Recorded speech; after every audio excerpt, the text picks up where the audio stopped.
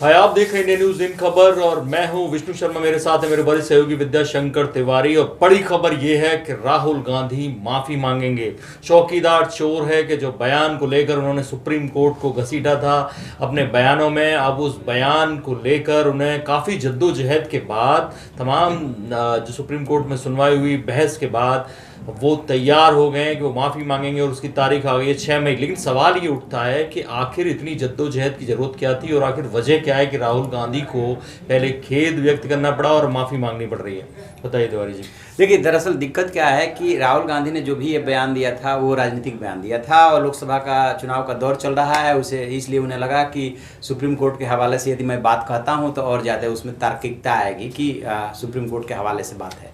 वो यहाँ पे गच्चा खा गए कि सुप्रीम कोर्ट ने कहीं भी अपने फैसले में ये बात नहीं कहा था जिसके हवाले से वो बोल गए कि चौकीदार चोर है। सीजीआई ने बोला पिछली सुनवाई में, हाँ, कि हमने कहीं भी मोदी का नाम नहीं लिया, नाम नहीं लिया था, तो वो यहाँ पे वो गच्चा खा गए।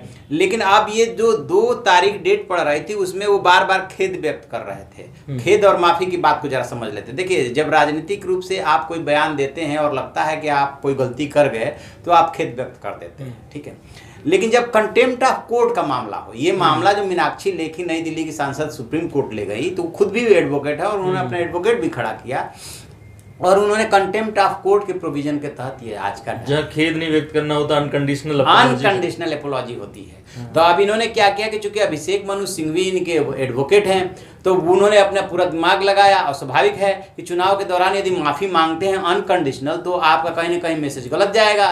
तो इस वजह से ये लोग इसको लेकर के डेट वाइज टालते रहे। इसलिए उन्होंने समय भी 6 मई मांगा कि 1-2 चरण और निकल जाए। तो ये खेद व्यक्त करके काम चलाना चाह रहे थे। लेकिन जब मीनाक्षी लेखी के पक्ष के वकील ने ये बात रखी, उसके बाद अभिषेक मनु सिंघवी के पास इसके अलावा और कोई अल्टरनेटिव बचा ही नहीं था कि हम अनकंडीशनल माफी मांगेंगे। अब माफी मांगनी है तो इसमें डेट लेने की क्या जरूरत है?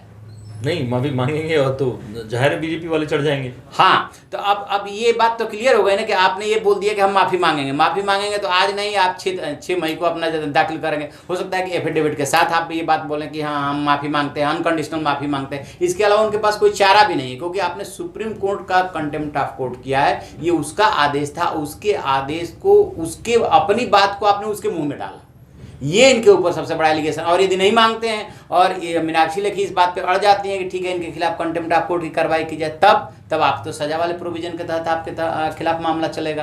तो राहुल गांधी और अभिषेक मनु सिंघवी और कपिल सिब्बल और सलमान खुर्शीद, जितने बड़े अपी चिदम्बरम, जितने बड़े वकील हैं, उनको बहुत अच्छी तरह से पता है कि सुप्रीम कोर्ट का कंटेम्प्ट ऑफ कोर्ट में क्या क्या एक्शन हो सकता है, वो कितना उन पर राहुल गांधी पे भारी पड़ेगा। तो जैसा कि राहुल गांधी ने कहा कि चुनावी उत्तेजना के चलते उन्होंने ये बयान दिया, हालांकि ऐसा लगा नहीं क्योंकि राहुल गांधी ने कहीं ना कहीं सुप्रीम कोर्ट के एक छोटे से फैसले की कैसे उस सबूत को शामिल किया जाना है राफेल की पुनर्विचार याचिकाओं में, केवल उसकी मंजूरी दी थी और उन्होंने उस छोटी सी बात को एक फायदा समझा, कि मौका समझा कि इस मौके का कैसे भी फायदा उठाया जाए चुनावों में और ये साबित किया जाए कि कैसे सुप्रीम कोर्ट ने मान लिया है कि चौकीदार यानी नरेंद्र मोदी चोर है, उसने राफेल के केस में गड़बड़ी की है, घूस खाई है, भ्रष्टाचार किया है। तो ये राहुल गांधी ने फायदा उठाने की सोची थी। लेकिन चौबे जी गए थे छब्बे बनने और दुबे जी बन के लौटे, ये वाली बात हो गई कि अब माफी मांगनी पड़ेगी और एक तरह से आज से ही वो माफीनामा शुरू हो गया क्योंकि जो बयान दिया है अभिषेक मनु सिंघवी ने अभी चैनल्स को, उन्होंने साफ कहा है कि हम 6 मई को माफी मांगेंगे। तो 6 मई तक क्या हाल होना और उसके बाद सोशल मीडिया पे बीजेपी के जो समर्थक हैं, जो चौकीदार लगा रहे हैं अपने ट्विटर अकाउंट से, उनका क्या हाल करेंगे आप खुद सोचिएगा। तो उम्मीद ये की जाती है कि इस घटना से, खासतौर पे कोर्ट से जुड़ी जो कार्रवाई होती है उनमें नेता लोग जो होते हैं, बड़बोले जो और बयानवीर होते हैं, वो इस घटना से सबक लें और ऐसा कुछ ना करें जिससे उन्हें बाद में भुगतना पड़े। और ये थी खबर राहुल गांधी की कोर्ट से जुड़ी। इस बारे में और भी कोई जानकारी आएगी तो हम आपको जरूर बताएंगे। बाकी बड़ी खबरों के लिए देखते रहिए इंडिया न्यूज, सब्सक्राइब करें इन खबर। थैंक यू, नमस्कार। इन खबर चैनल को सब्सक्राइब करें और बेल आइकन दबाना ना भूलें।